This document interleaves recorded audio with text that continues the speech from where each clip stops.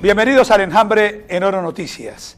¿Hasta dónde tiene justificación que los mandatarios, llámense gobernadores o alcaldes, estén rindiendo cuentas de sus primeros 100 días o primeros 3 meses, como se quiera, parodiando aquello de que están montando antes de ensillar las bestias? En la mayoría de los casos, apenas están terminando de socializar lo relacionado con el plan de desarrollo, para luego redactar el texto definitivo, someterlo a las asambleas o consejos, según el caso, esperar a que allí se debatan y al final se les dé aprobación, o en el peor de los casos, darles vida por decreto. Esto quiere decir que cuando transcurren los primeros 100 días, que este año se cumplen el 9 de abril, no existen aún las cartas de navegación u hojas de ruta que definen los programas de gobierno. ¿Cómo entonces hacer balance de gestión cuando la gestión no ha comenzado siquiera, pues no se sabe qué camino va a tomar? Entonces, tenemos que decir que rendir cuentas a estas horas no es más que un formulismo que, según dicen algunos, busca que los mandatarios no se duerman sobre los laureles y se dediquen a seguir celebrando su elección y buscando cómo pagar los favores de campaña. Dentro de este concepto, quizá podría exceptuarse el gobernador de Santander, Didier Tavera, que fue el primero en contar con la aprobación de su derrotero de gobierno y ya puede comenzar a trabajar sobre bases firmes. Sin embargo, a pesar de ser el más veloz en este proceso, apenas está comenzándolo a ejecutar por estos días de manera oficial. ¿Cómo harán entonces para presentar este informe tempranero aquellos que agotarán los términos de ley y solo tendrán su plan de desarrollo a finales de mayo? ¿Qué credibilidad se puede dar a ese balance de los 100 primeros días? A propósito de estos 100 días de gobierno, el Centro Nacional de Consultoría, en encuesta contratada por el noticiero CMI, empezó a reflejar la realidad de lo que ha sido el comienzo de la actual administración municipal en Bucaramanga. El resultado de ese sondeo de opinión, que por lógica debe ser más real a medida que va pasando el tiempo, pone de presente que se está acabando la luna de miel del ingeniero Rodolfo con sus seguidores, que cada día le exigen con más intensidad que cumpla sus promesas de campaña. Pero, ¿cómo será que hasta el mismo mandatario ha dicho que no ha podido siquiera tapar un hueco? Primero, porque aún no tiene un equipo de trabajo definitivo y, lo más grave, porque la plata solo le está alcanzando para realizar algunas contrataciones o disponer de millonarias indemnizaciones para aquellos funcionarios de la anterior administración que tienen periodo fijo y que no les simpatizan.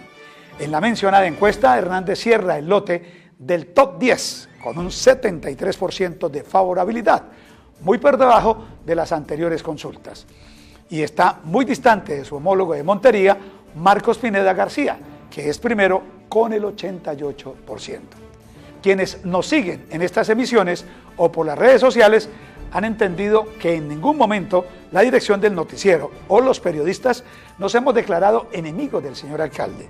Simplemente nos hemos constituido en voceros de varios sectores que se muestran inconformes con su gestión. En contraste, por ejemplo, debemos abonarle su política de depurar la contratación, aunque consideramos que en algunos casos se ha ido a extremos, pues muchas dependencias aún no cuentan con personal calificado para actuar como deben y en otros hasta se dejan de percibir ingresos para el municipio por falta de gestión. En resumidas cuentas, tenemos que acudir a aquello de que ni tanto que queme al santo, ni tampoco que no lo alumbre. Volviendo al tema de la última encuesta, tampoco les fue muy bien a nuestros vecinos de norte de Santander. El alcalde de Cúcuta, César Omar Rojas, por ejemplo, fue uno de los menos favorecidos con apenas un 45%. Eso sí, por encima de Enrique Peñalosa, que en la capital del país apenas sí llegó a un 39%. Y la gestión del gobernador William Villamizar tampoco fue muy bien calificada, pues escasamente obtuvo el 53%, compartiendo el último lugar con Dilian Francisco Toro de Cali, la gobernadora del Valle, por supuesto. Reiteramos, sin embargo, que no sentimos mucha simpatía por las consultas, mucho menos cuando se trata de condiciones de apenas 100 o menos días de gobierno, cuando la gestión habla de casi 1.500 días en el cuatrienio. En otro frente, el expresidente del Consejo Nacional Electoral, Carlos Ardila Ballesteros, vuelve a sonar con alguna fuerza como aspirante a uno de los cargos más importantes a nivel nacional.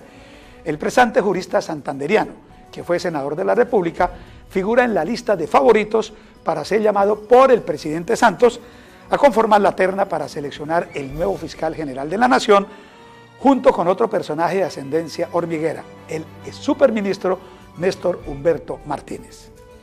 Recordemos que Ardila Ballesteros renunció a la presidencia y a su investidura de magistrado del Consejo Electoral luego de recibir el guiño del jefe de Estado para que se candidatizara a la Contraloría General, pero al final su aspiración no cuajó. Esta sería pues la oportunidad de Ardila, pues siempre se ha dicho que Santos le tiene algo muy importante reservado y hasta se llegó a mencionar como posible candidato a la gobernación de Santander con la Unidad Nacional. Finalmente, no olvidemos que dentro de la terna necesariamente tiene que haber una mujer que compartiría con la sangre santanderiana de Ardila y Martínez la posibilidad de ser el próximo fiscal general. Recordemos que ya uno de los nuestros fue Alfonso Valdivieso Sarmiento. El pasado martes, el abogado Miller Guzmán radicó en Bogotá la apelación a la medida de aseguramiento contra el exalcalde de Barrancabermeja, Elkin Bueno Altaona, confirmando que su defendido se entregará de manera voluntaria en los próximos días. Guzmán, quien acompaña en la defensa al exprocurador Jaime Bernal Cuellar, aspira a que a mitad de año quede resuelta la situación de Bueno Altaona en un proceso que muchos consideran más de carácter político que judicial.